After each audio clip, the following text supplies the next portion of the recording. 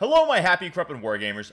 Welcome back to another episode of Happy Crumpin' Wargaming. Today is the day. I've been having a lot of requests for this one. So this is your Orc Quick Start Guide. So how do we play the Orcs? We're going to go through a bunch of stuff today, so get ready for a really intensive little video where you're going to learn quite a bit. This is going to be for anyone who's looking to start Orcs or anyone who's playing Orcs for a little bit, but they want to step up their game into more of a competitive environment. We're going to go through units that are really good. We're going to go through game theory, how do we actually play, and we're going to go through actually what do you purchase to start the Orcs army, like what battle boxes are actually good value and stuff like that. So we're going to be going through a bunch of stuff. I'm also going to take you for a little bit of a moment onto the TTS table so I can show you how to deploy. We'll talk about quite a bit today. This video is going to be probably around 30 minutes. I'm super excited to have you along for the ride. If you find value in types of videos like this, please hit the like, subscribe, and comment down below. Let me know what I did well. Let me know what you disagree with, and we'll have a conversation. You know, I do tend to respond to essentially every single comment, at least the comments that are made within the first few days of the video going live. I really appreciate everyone's attention, and we're just going to hop right on into it. So, are you new to Orcs? Let's get into it. Also, real quick, if you also really enjoy this stuff, you can make sure you hop onto the Happy Crumpin' Wargaming Discord, where we have tons of conversations. And if you join the members-only side, I am very active there. My admins are very active there, and we're constantly helping people get a lot better at the game. So if you're interested in joining the members-only side, just check the coffee link that is down below. So let's get right into the Orcs. What are we playing as Orcs? Right now, we have a huge melee focus, and this is just by nature of the detachment that we have from our index. So the whole army is getting sustained hits on one in melee. So basically what you can take from that is we're good in melee. And we hit like a freaking truck. Now, we do not hit as hard in 10th edition as we did in 9th edition, but we still hit quite hard. There is a shocking amount of flexibility in list building for Orcs right now. If you look at a bunch of the top lists, some will include Ghazghkull Thraka, some don't take Ghazghkull Thraka, some are taking 18 Squig Hogs, some aren't taking any Squig Hogs. It is really cool how much flexibility there is with just one detachment, and that is the nature of our index. So it is really exciting. We've got an extreme amount of anti-vehicle / monster dev wound combos, and this is a really cool thing in Orc specifically that you as a new fledgling war boss has in your arsenal that very few other armies in the game have. We get anti-vehicle / monster. Most armies tend to only have access to the anti-vehicle keyword. Anti-monster is very rare, but Orcs have tons of anti-vehicle and monster. It's really powerful, especially in the next slide when I talk about some of the weaknesses of the Orc army. So we also have a very surprising amount of resilience. For example, there is Feel No Pains all over the place in the box. We'll talk about some of those, but notable ones would be our Beast Boss on Squigosaurs and Mozrog Scragbad, of course, because he's the biggest and the best. The new biggest and the best. And then our Squig Hogs. Those Feel No Pains are really critical, and with the high toughness combined with my favorite strat in the Codex, which is Arta's Nails, makes us -1 to wound, it makes Orcs shockingly I say, resilient. And that is a really big deal because most of your opponents are not going to be thinking of Orcs as a durable army, but we have abilities that can make us quite durable. We have great access. I said good here, but in all reality, it's great access to mortal wound combos, which is actually very similar to what we had in 9th edition. Since we have the Squig Bombs, we've got a very liberal application of the grenades keyword in the army, which is marvelous. If you guys are not using the grenade stratagem, you should be using the grenade stratagem. And then we've also got really high OC, which makes us quite good at playing the primary game. So these are a lot of the focuses that we have in the army. These are a lot of the strengths that we have. But let's take a brief moment to talk about some of our weaknesses. One of our weaknesses, and this is very legit, is actually a very low AP. And I think I covered up what I wrote here with my picture, but it's okay. The low AP, we're basically only AP1 in the army. There's very few sources of AP2, and there's maybe 1 or 2 sources of AP3. So when I say low AP, I mean everything has AP1. Your knobs with Power Claws, or Mega Knobs with Power Claws, would get access to AP2. And then our AP3 is basically exclusively Ghazghkull, Badrook, and the Gargantuan Squiggoth. I don't think anything else has AP3. I might be missing 1 or 2 things, but nothing that's really important. So the only AP3 in my army, for example, is Badrook when he overcharges his gun, which is pretty funny. Everything else is AP1 except for my Knobs and my War Boss, who of course have the AP2. Then we're looking at, we have very little range threat. There are some notable exceptions, and that notable exception is Flash Kits. And we'll talk about Flash Kits in just a little bit. We have essentially no rerolls in the index. Reliability becomes a huge issue. Of course, there's a obvious exception to the no rerolls in the index, and that is going to be, once again, Flash Gits when they're led by Captain Badrock, which is why you probably see that unit pop up a bunch. Reliability does become quite a big issue.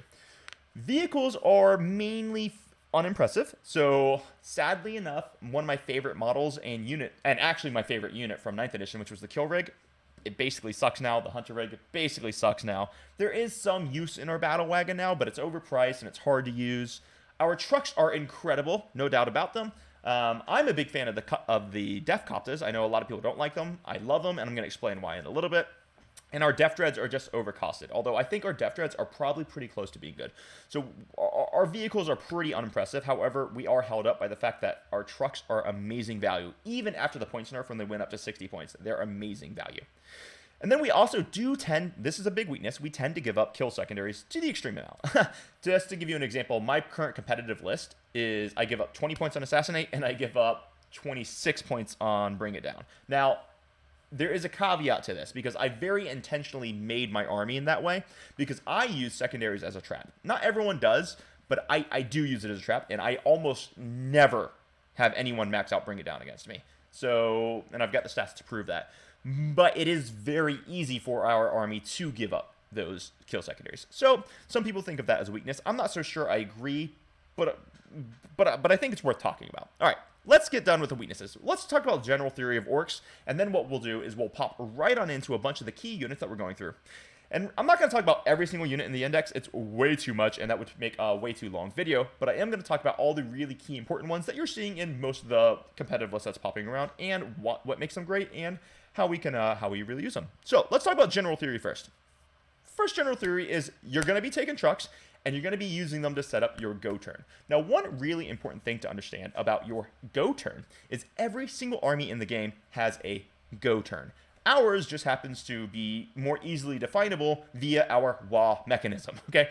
So what I mean by go turn is there is going to be essentially one turn in the game where you are ready to expose yourself. You're like, okay, cool. I'm going in, and I'm going to make my punch this turn, and if I whiff, things are going to get really, really bad. And so that is going to be your go turn. Typically for orcs, this is going to be turn number 2 or turn number 3.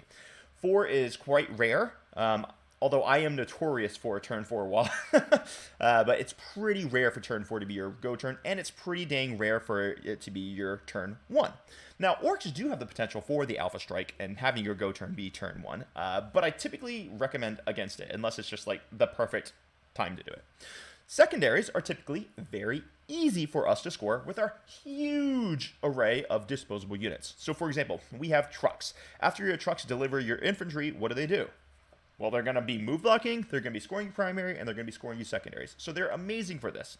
War Bikers are very fast, and they're very cheap for getting turn 1's secondaries. Storm Boys, they can deep strike. They're also very, very fast. They can get us secondaries all over the place. Gretchen, amazing for standing on an objective. And remember, when you stand on objectives in this game, 7 out of the 16 secondaries that are available via tactical secondaries are actually scored just by holding primaries. So Gretchen can be doing it for you. You have Koptas, which can do it. There's just a very vast array of ways for orcs to be scoring our secondaries, whether that is fixed or tactical. Orcs are actually excel at both of these. Now, me personally, my playstyle, and if you guys watch my teaching streams, or if you're in my Discord, or if you're in my coaching service, one of the things that you'll recognize is that I have a very aggressive playstyle. But this is that's just me. So I tend to play tactical a lot.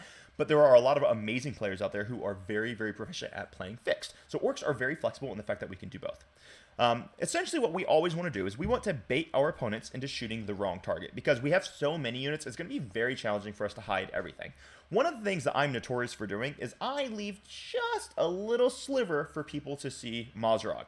And we'll talk about Mazrog in just a moment. But basically what inevitably ends up happening is my Mazrog soaks my opponent's entire turn of shooting, and then the rest of my army gets to move up unmolested.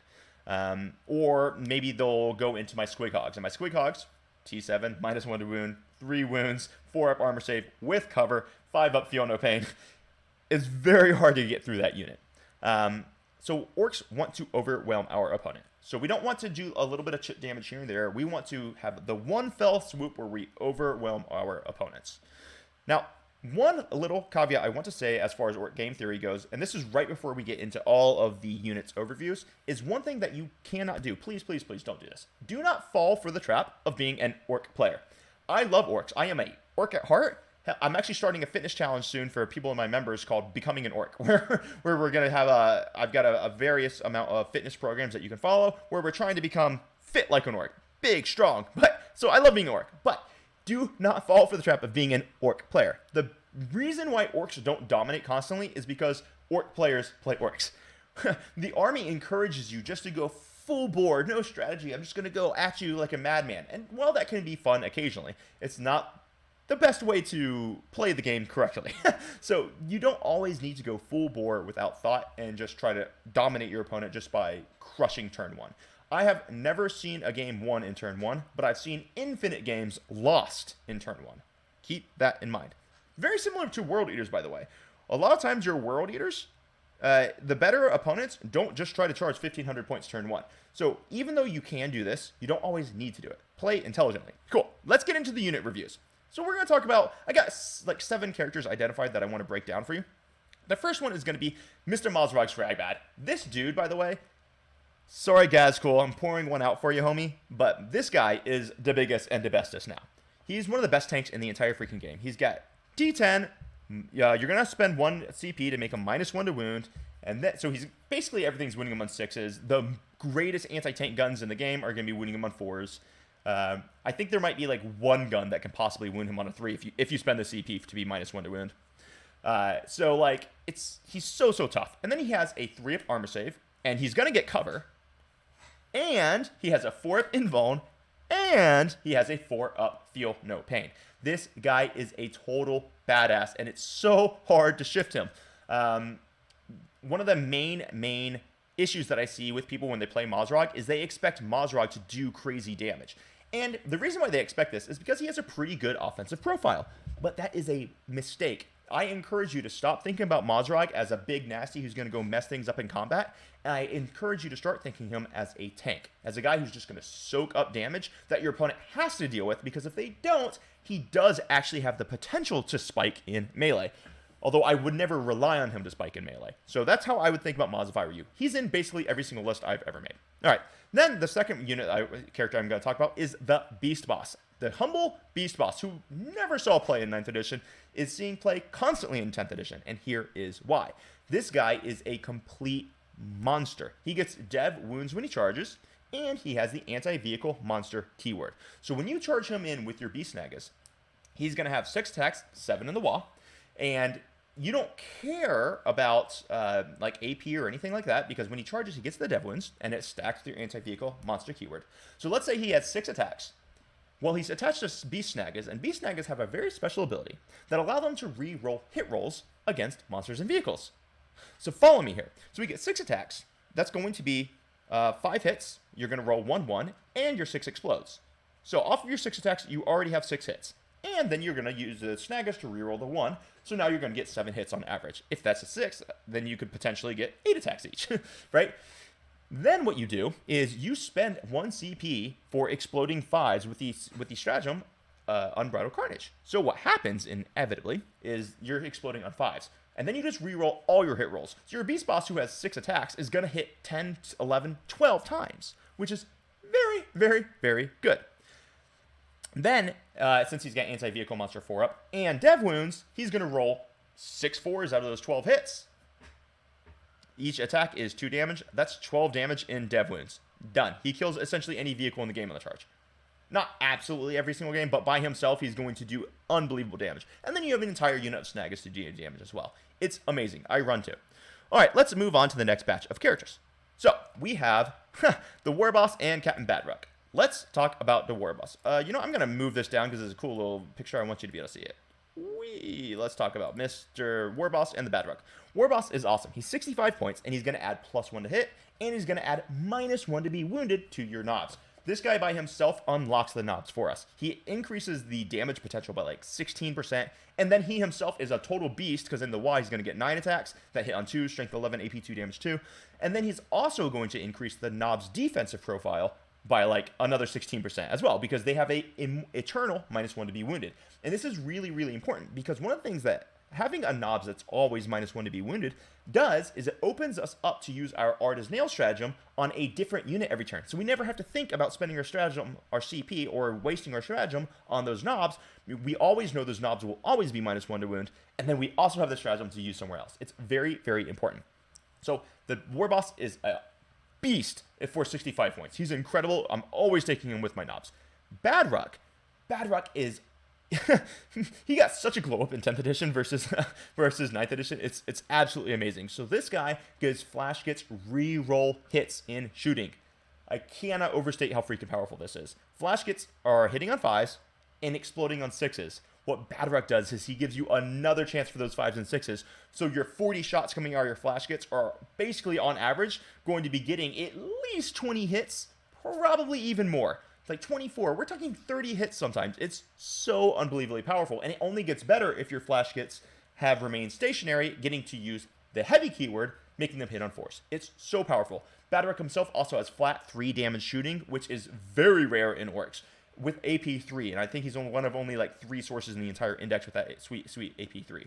So we love him. He's amazing. He's an S tier unit. He's the single best guy, and you're always going to take him with a unit of 10 Flash gets essentially. So that is Bad Ruck. Let's go on. And we've got a few more characters, then the rest of it kind of goes a little bit faster. So we've got this Knob on Smash the Squid Cat. This guy's 60 points. He is so freaking good. You're always going to have him leading your Squig Hogs. Now, there are some people who play like a 3-man unit of Squig Hogs without a leader. I disagree with that. That doesn't mean that they're 100% wrong, but I'm pretty firmly thinking that's a big mistake. This guy for 60 points adds +1 to hit to the whole unit, which includes the Squigs. So, like, suddenly all your Squigs are hitting on 3s instead of 4s, and all your Squig Hog Riders are hitting on 2s instead of 3s. This effectively, since you're exploding on 6s, this effectively means that your entire unit is going to get 100% of their hits in. And then the Hogs will get, like, like 80% of their hits in. That is so freaking powerful. So, I absolutely love him. Then, in the WA phase, this guy gets that anti-vehicle monster 3-up keyword that stacks super well with one of our enhancements called the Ed Wappa's Kill Choppa, so that he's proccing dev wounds against monsters and vehicles on a 3-up. This guy is a total legend. So that's the Knob on Smash Squig. I love him. He's definitely in my army, which, by the way, I will talk about my current army to give you guys like a launching place at the end of the video. Then we have the Weird Boy. This dude can be run solo for teleport shenanigans, or he can go with a unit of boys for teleport shenanigans. Also very cool. At the beginning of the maybe a couple months ago, I was running this Weird Boy solo, and he's great because he can just, get you a capture enemy outpost last round, as long as you don't roll a 1. You can also roll him with a unit of boys, and they can be a great alpha strike threat. They can be a great positional threat. They can be a turn 1 chart.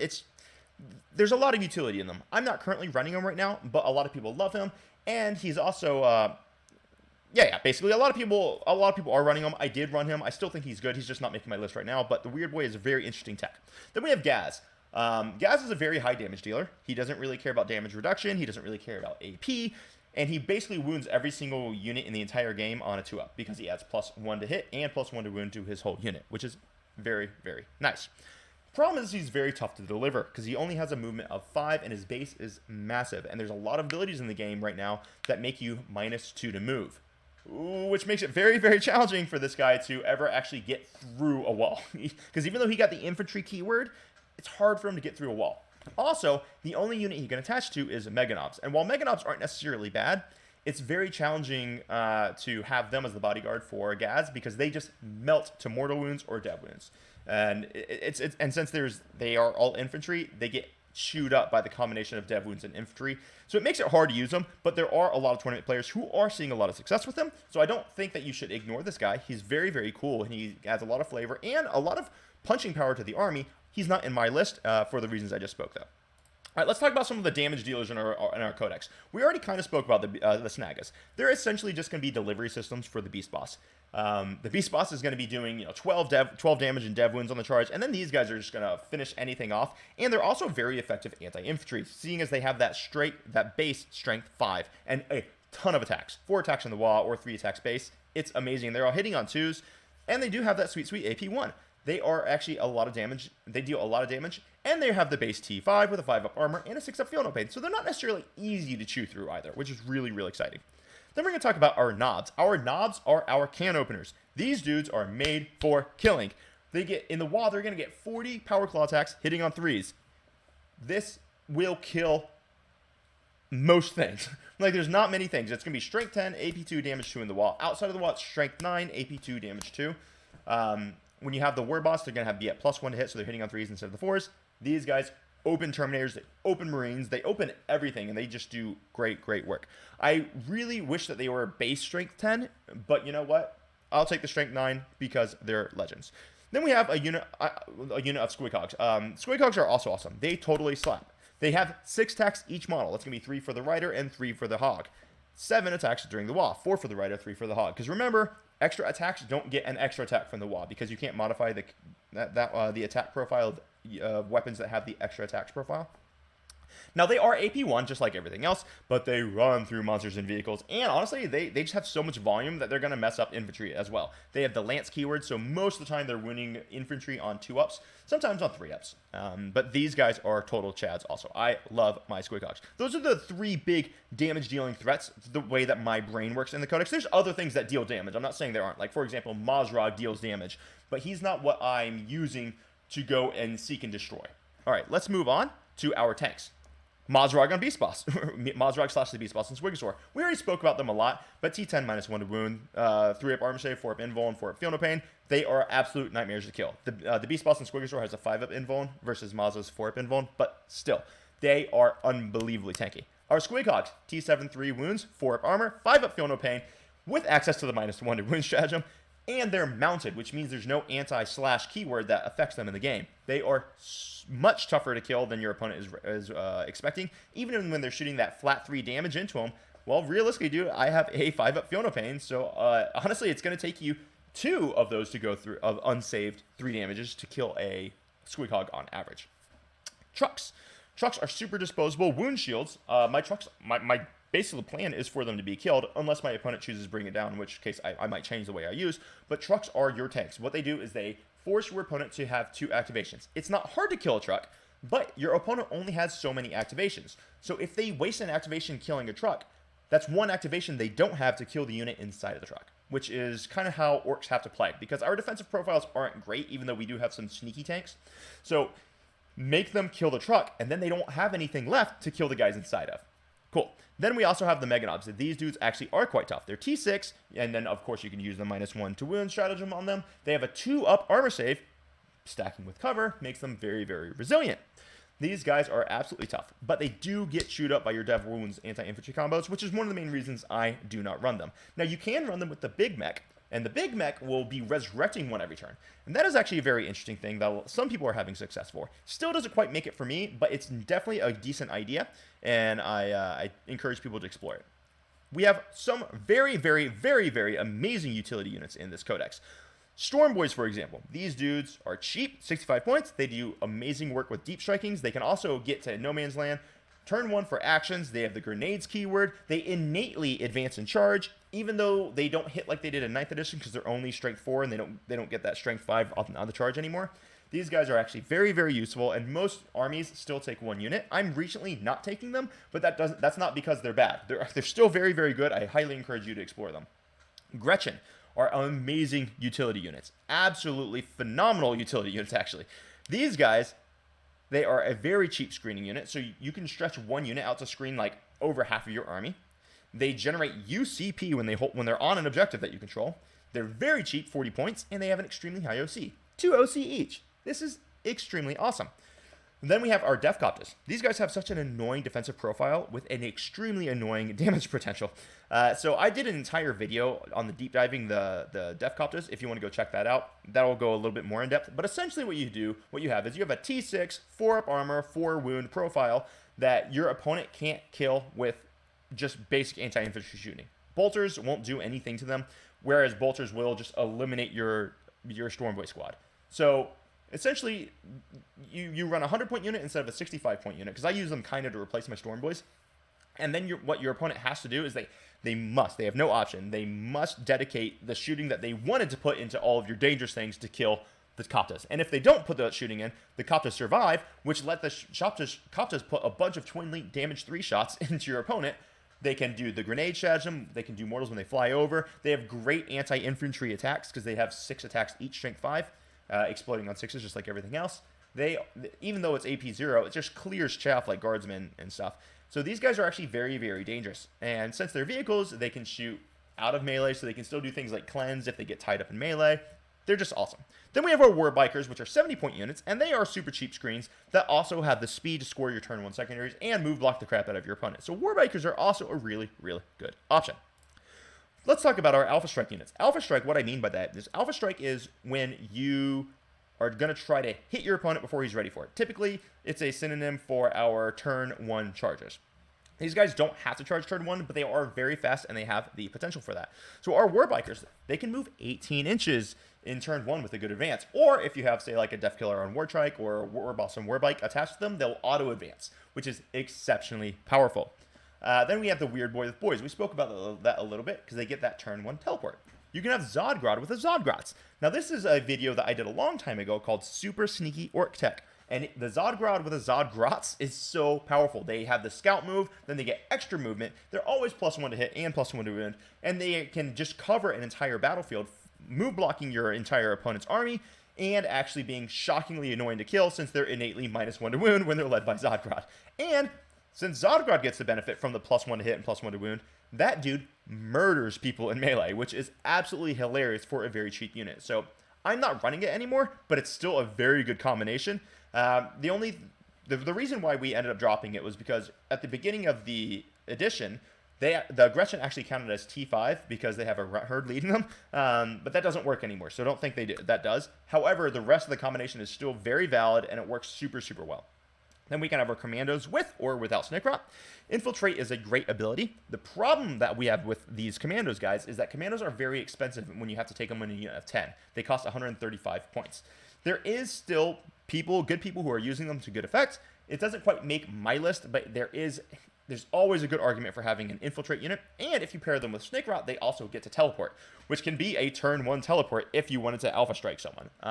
I'm not running it. I think it's too pricey, but there is actual good play still available there. And then we've already spoken about Storm Boys. They always have access to that advance and charge, and so we definitely love them. Nice. Now, I didn't talk about every single unit in the entire index. That's because there are tons of them, and lots of them are really, really good. Actually, I did skip over one thing that I want to talk about just a little bit. Let's go back to damage dealers for just a moment. I just realized I didn't write this in. Flash Gits. Flash Gits are 100% our damage dealers. Sorry about that, guys. Essentially, we kind of already spoke about them with Badruck, but Flash Gits wreck, and they have amazing Overwatch potential simply because they have the ability to re-roll the hit roll. So you can fish for 6s, which explode, and they have access to an ammo rent, which gives you auto lethal hits once per game, and you can use that in your Overwatch.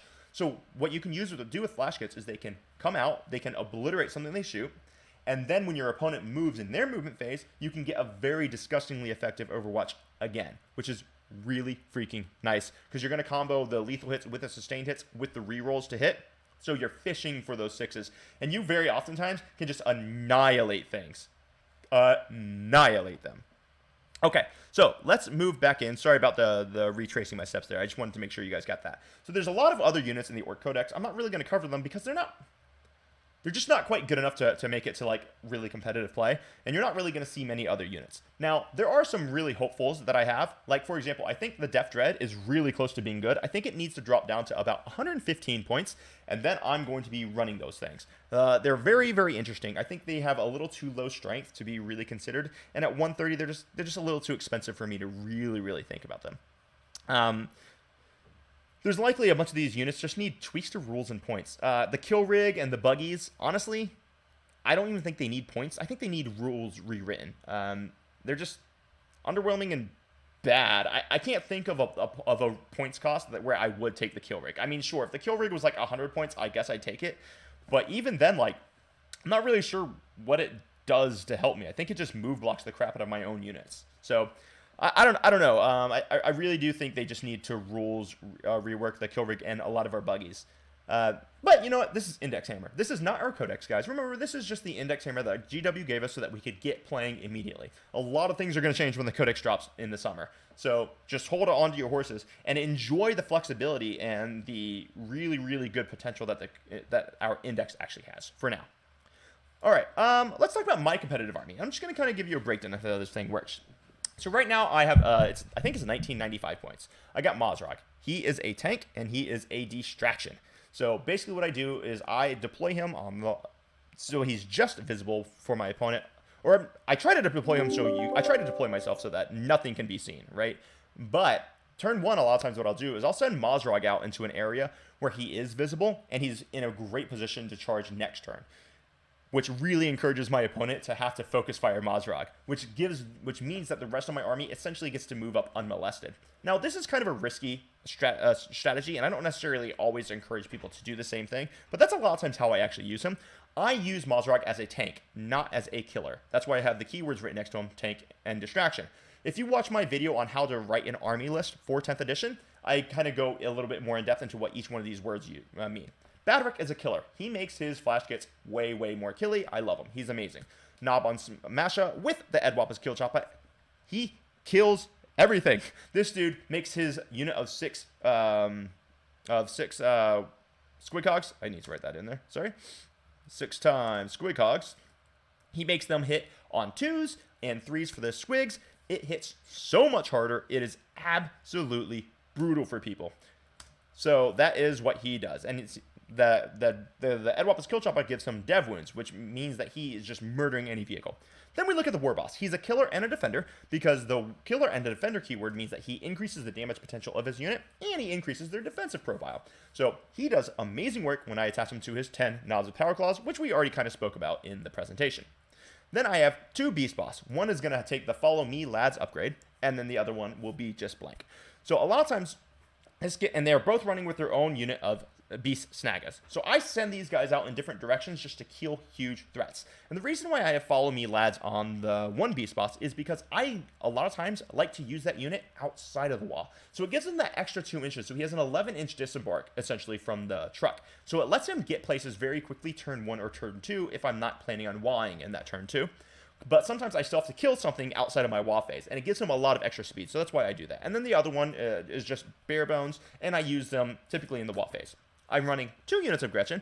These guys are generating me CP, they're generating me secondaries, and they're holding a lot of objectives for me, and they're screening. They're amazing. I've got 1 unit of the Knobs of Power Claws, big damage dealer. 2 units of the Beast Snaggers, we already spoke about them. A 6-man of the Squighogs, huge damage dealer. Same thing with the Flash Kits, and then 4 trucks. The whole point of the army is that I have like 5 units that you are very, very threatened by that you have to deal with. And if you don't, you get very, very screwed. So that's my army. Let's talk about some of the other meta archetypes. One of the big meta archetypes that we're seeing right now is we're seeing kind of boy spam. So you're seeing sometimes 60 plus boys and running 6 trucks. These are just covering the battlefield. It's a very control army. It's very good at playing fixed. You're going to always do clans. You can do engage. You can do behind me lines is probably a bad one. But deploy teleport homers for sure. It is really, really strong, and a lot of people are having a lot of fun with that. I don't like playing horde lists like that, so it's not for me. But I highly encourage some of you guys to think about it if you enjoy that horde style play. Then we are also seeing 18 hogs, masked squig hogs. This is something that's a lot more up my alley. I'm just extremely satisfied and happy with my list right now. Oh, I also forgot to put in the 2x3 Def Coptas. Sorry. Man, I can't believe I forgot those. My apologies, but it's in there now. Okay, so... But 18 hogs is much more up my alley. I'm not messing around with it because I'm just super, super happy with my current list. But 18 hogs is a big problem because there's really not many armies in the game that can actually handle it. I mean, one of those units is going to be Art as Nails. Then they're all going to have a 4-up armor save with a 5-up Feel No Pain, T7, 3 wounds each. There's just nothing that's efficient into that profile. Perhaps the only few things that are efficient into it is, I mean, Canis Rex's shooting, maybe, which we're not seeing Canis Rex at all right now, and maybe a Doomsday Arc, but we're seeing a lot less of those. But basically, there's nothing else that's efficient into them. So, how do we play on the tabletop? Well, this is a little bit more in-depth. This is probably more of a question for the Discord and for like individual coaching classes. So, but what I want to do is I want to give everyone a starting point. So I'm just going to kind of show you what deployment might look like and how I would move myself up the board. And this will take like 2 to 3 minutes, and then we'll be wrapping it up. So let's go to the TTS view. Cool. So if you look right here, I've kind of got a little bit of a deployment down. So this is a hammer and anvil deployment here. If I was playing this particular table, what I could do is I could deploy something like this. If I want my squig hogs on the table, they're probably going behind this ruin so that they're not going to be visible and shootable turn 1. We just kind of wrap them behind. I might have to expose Mr. Mazrog here so that people can kind of see him down this line here from shooting. But honestly, it's not that big a deal because if they focus everything into Mazrog and everything else survives, I'm going to be okay. And a lot of times Mazrog will just survive anyway. Then what I do is these guys, maybe I have like knobs in here, then I have flash gets in here, snag is in here, or maybe I have flash gets in this truck. So essentially what happens is turn 1, you move everything up. So this truck might move right up to here. Maybe he just kind of does an advance and he rolls to be right tucked away here. So my opponent's still not going to really be able to target him. And he's going to be able to disembark all of my things in turn 2 and get a huge charge anywhere on the battlefield. This truck is probably going to do the exact same thing. He's going to probably try to run an advance and roll like right here. While this truck might roll an advance to run right about here. So at this point in time, I'm going to be dominating the flank. My opponent in his shooting phase is going to be able to kill all my trucks. No problem. But I don't care. The point is, for me, is not to keep my trucks alive. The point is, if he's going to kill these trucks, he's not going to have enough units to kill the trucks and then kill also the things that are inside. So that is kind of the way that I run these guys. A lot of times, and then maybe Maz like eats up into the middle, right? My knobs on Smasher Squigs maybe move up like this, and then I have Def Coptas that are in the flanks. Let me place them down right here. Just kind of screening out my my Deep Striker against Deep Strikes. Now, if my opponent takes Bring It Down, I deploy a little bit differently. If they take Bring It Down against me, my Def Copters are in Deep Strike, and my trucks, I'm a little less aggressive with them. I might move them up to maybe just like right here. Sorry guys, sometimes CTS can be a little bit finicky. I might move them up just a little bit like right here so that then I can get out and do my advanced charge in my wall turn so I don't expose them. But if they're not taking Bring It Down against me, then I get very aggressive with my trucks. So this is one of the ways that I deploy, and it's kind of how I move up the battlefield. I force my opponent to waste their activations killing my trucks so that they can't kill my infantry. If they take Bring It Down, then I just go a little bit less aggressive, and I hide my trucks behind these line of sight protections so that they still can't draw line of sight easily without exposing themselves. And then I have tons of movement to get that charge off in turn 2 when it's time for turn 2. That's the way we like to deploy and do all of that super, super fun stuff. Let's get back to the PowerPoint, and then we're going to wrap it on up, guys. Okay. So that's how I like to play on the tabletop. There's a lot more behind it, guys, but that's more questions for members in the Discord and all sorts of things. We're coaching clients. So let's do some best bargain buys. Honestly, guys, all the bargain boxes that you have for the Orks right now are really, really good. The Christmas Battle Force looks like an amazing value. I think it's like 37% cheaper than buying everything individually, and everything in that box is really, really usable and quite good. The kill rig is not good right now, but that does not mean it's not going to be good when the codex comes out. And to be honest with you, even though I am a competitive player, it is like my favorite model in the entire game. And if you don't have one and you do enjoy the hobby side even a little bit, it's worth it. Then we look at the boarding actions box. You get 5 flash kits. You get, I think it's 20 beast snaggers and then snick rot. It is freaking amazing because no matter what, you need 2 units of beast snaggers. Even if you're not going to run it in every single army you play, you need at least 2 units of beast snaggers still. Snick Rot is a great utility piece, which I think we're going to see more play once the codex comes out. But even so, he's still usable right now. And then the Combat Patrol. You get 3 Def Coptas, of which I'm a huge fan of Def Coptas. You get that Def Dread, of which I think the Def Dread is going to be very, very good very, very soon. And then you get all the boys, which you need boys. I don't even use boys in my army, but I still need about 20 boys just in case things change. Or you get like a little bit of a points nerf or buff, and there's just the way points work out. So boys are just really, really good to have. So all of these are really good options. I think we have some great bargain boxes for the Orks. But that's kind of the key right there. Check out those bargain buys. They're pretty freaking good. Anyway, guys, this was my quick start guide to Orks. I went through basically the data sheets that are really important. I went through basic orc theory. I went through how not to play. We don't have to go unga bunga. You don't have to go full 100% out turn 1. If you do, a lot of times that kind of screws you. Play a little bit more cagey than you expect that the orc mindset requires. But if you do these things, guys, you're going to have an absolute blast playing Orks. If you want some support playing them, hop on over to the Happy Crumpin' Discord. If you want to support me, hop over on the member side, and where we go over a lot more in depth on some of the tactics. And if you're really trying to get your game in tail and you're trying to dominate a tournament, or if you just are having a hard time grasping some certain concepts, book a coaching call. We'll go through things super in depth. We'll make sure you understand everything, and we'll really take your play to the next level. Well, I hope this was really fun and enjoyable for all of you. Until next time, enjoy crumping your opponents and stay crumping my happy crumpers. Love you guys. Bye.